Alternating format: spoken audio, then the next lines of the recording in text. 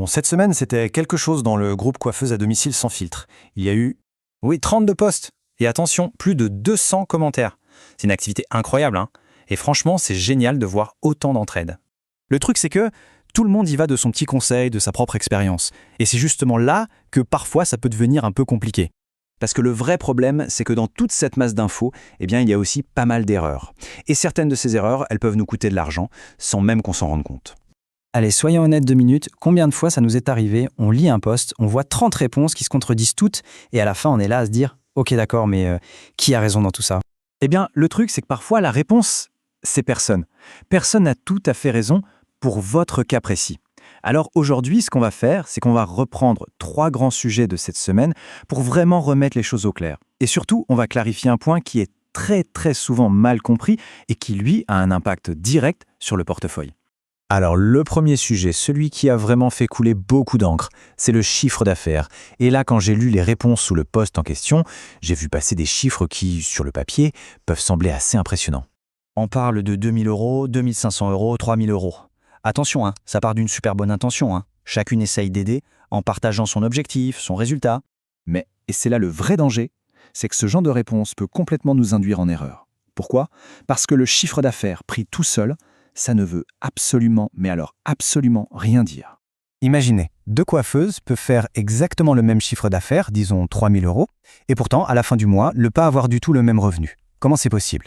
Eh bien, parce que derrière ce chiffre, il y a toute la partie immergée de l'iceberg, vous savez, les charges, l'essence, les produits, le temps qu'on passe sur la route, les kilomètres, bref, tous les frais de déplacement. D'ailleurs, il y a un commentaire sous le post qui résume ça à la perfection.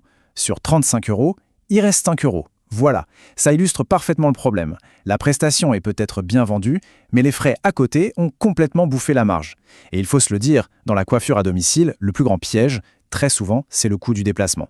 C'est précisément à cause de ces coûts cachés que certaines d'entre nous travaillent énormément, mais sans vraiment gagner leur vie. L'obsession du chiffre d'affaires, c'est vraiment une fausse bonne idée. La seule, l'unique vraie question, ce n'est pas combien on fait, mais bien combien il nous reste à la fin. C'est un sujet tellement crucial qu'on y a consacré une analyse complète, justement pour aider à calculer précisément ce qu'il reste vraiment à la fin. Parce que, et retenez bien ça, un planning plein ne veut pas dire un compte en banque plein. Allez, passons maintenant à une autre erreur très courante, et celle-là, elle peut coûter encore plus cher. Alors là, la CFE, la cotisation foncière des entreprises. Bon là, on est clairement sur un sujet où on a lu absolument tout et son contraire cette semaine. D'un côté, on lit « faut pas payer, on est d'exonéré ». De l'autre, « ah si, faut payer, moi je la paye depuis 25 ans ». Et nous, quand on se retrouve au milieu de tout ça avec notre avis d'imposition entre les mains, on ne sait plus du tout quoi faire. Bon alors, mettons les choses au clair une bonne fois pour toutes. La question précise qui était posée dans le groupe, c'était « j'ai reçu une relance de CFE, est-ce que je dois payer ?» La réponse est oui, on paye. Si on ne veut avoir absolument aucun problème avec les impôts, on paye cette relance. Point final. La logique derrière, elle est toute simple. Regardez. D'abord, on se sécurise. On paye ce qui est demandé. Comme ça, on est en règle. Ensuite, on régularise. On fait sa demande d'exonération auprès du service des impôts. Et enfin, on récupère l'argent, si bien sûr on y a droit. Suivre les choses dans cet ordre-là, ça vous protège. Croyez-moi, avec les impôts, il vaut mieux ne jamais prendre de risques en se basant sur un simple commentaire Facebook. Mieux vaut être trop prudent que pas assez. Et si on parle d'argent ici, le prochain sujet qu'on va aborder touche à quelque chose d'encore plus sensible. Ok, autre sujet qui a bien fait jaser cette semaine, coiffer dans un Airbnb. C'est vrai que sur le papier, l'idée peut paraître séduisante. On va passer des réponses du style « si le propriétaire est d'accord, il n'y a pas de problème ».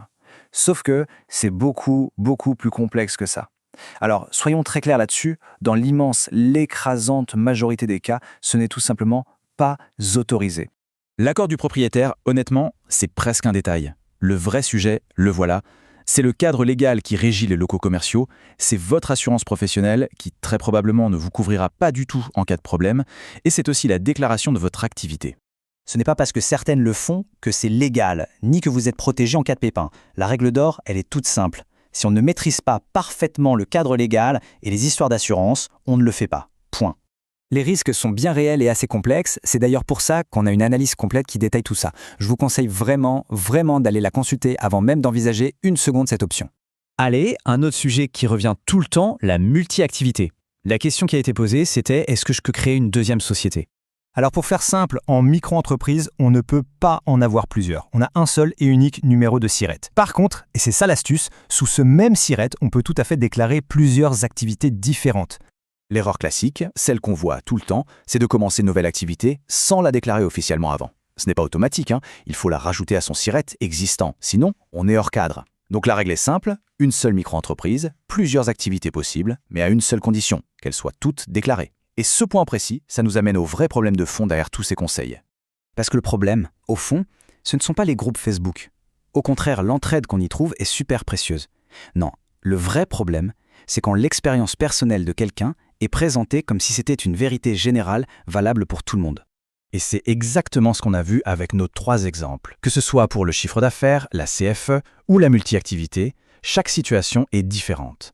Un conseil qui est en or pour une coiffeuse dans telle région, avec tel statut, ne l'est pas du tout forcément pour sa voisine. Une information qui est juste à la base, mais qui est sortie de son contexte, ça devient une information dangereuse. Et ça peut nous amener à prendre de très très mauvaises décisions pour notre entreprise. Parce qu'une mauvaise information, ça ne fait pas juste perdre du temps, ça peut coûter de l'argent, ça génère du stress, et ça peut même, dans certains cas, mettre carrément l'activité en péril. Alors, face à ça, quelle est la meilleure défense? C'est une démarche toute simple, en 3 temps. 1. On écoute les expériences des autres, bien sûr. 2. On prend du recul, on se rappelle que ce n'est pas forcément notre cas. Et 3. Le plus important, on vérifie l'information auprès de sources qui sont fiables.